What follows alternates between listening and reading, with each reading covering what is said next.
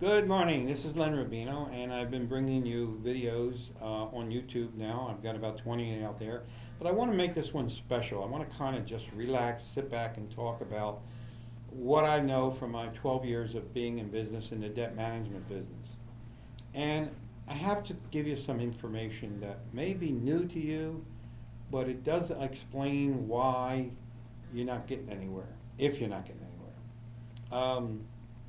Credit cards are now the biggest and most profitable commodity in America. It's more profitable than oil.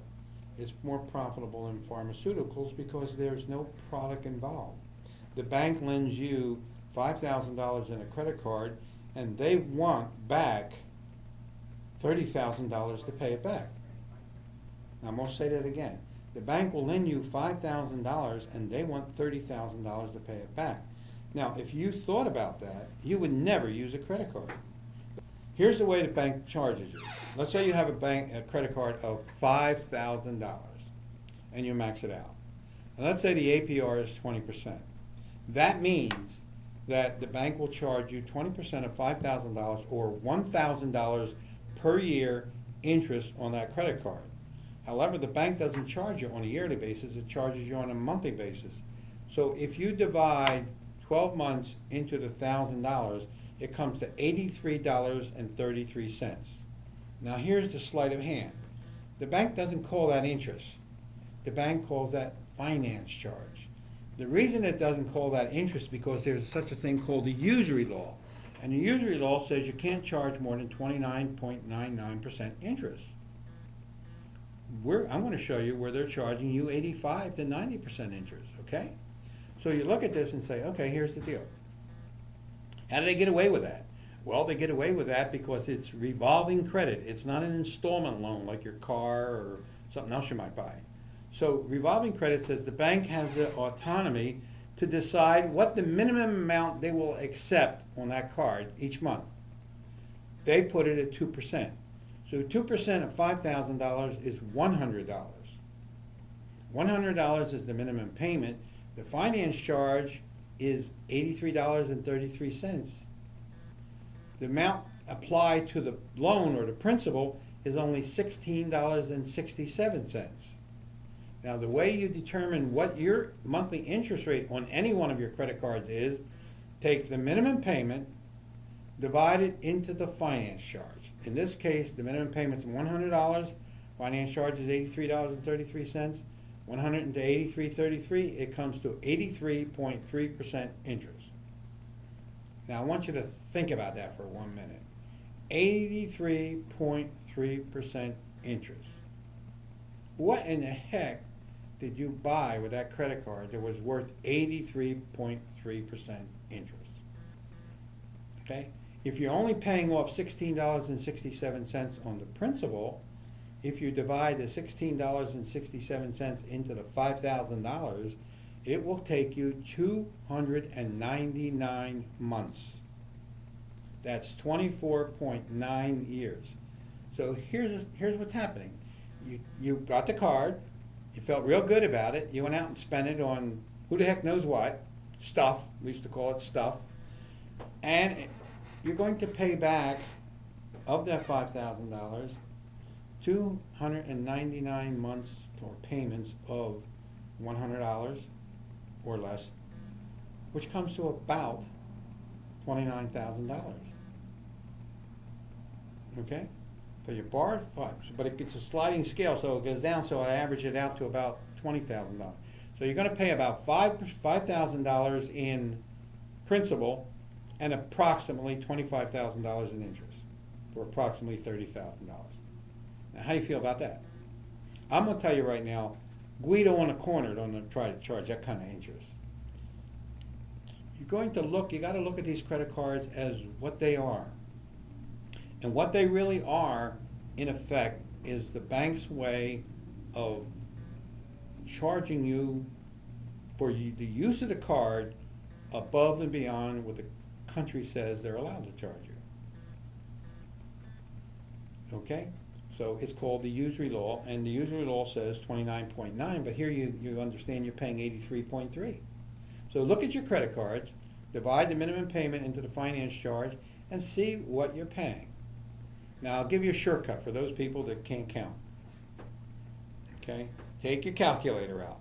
Whatever the total debt is, multiply it by 6. So if your total debt on that particular card is $4,000, multiply it by 6, you'll pay back $24,000. If your total debt on that card is $1,500, multiply that by 6, you're going to pay back $9,000. If your total debt is $20,000, multiply that by 6, you're going to pay back $120,000. Okay, this is where we are all trapped.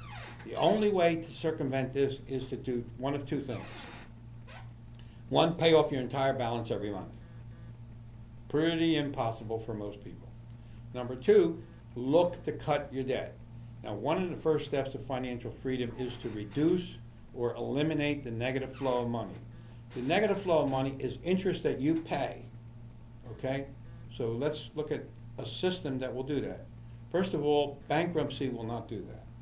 Bankruptcy for the average American is not a financial decision. It's an emotional decision. People just want this stuff off their back. They're all stressed out. So what we're going to do is say, no, you don't need to go into bankruptcy, because if you go into bankruptcy, the bankruptcy courts will start to pull every asset you have. For instance, if you have 2 cars, you must sell one. You can only have 1 car.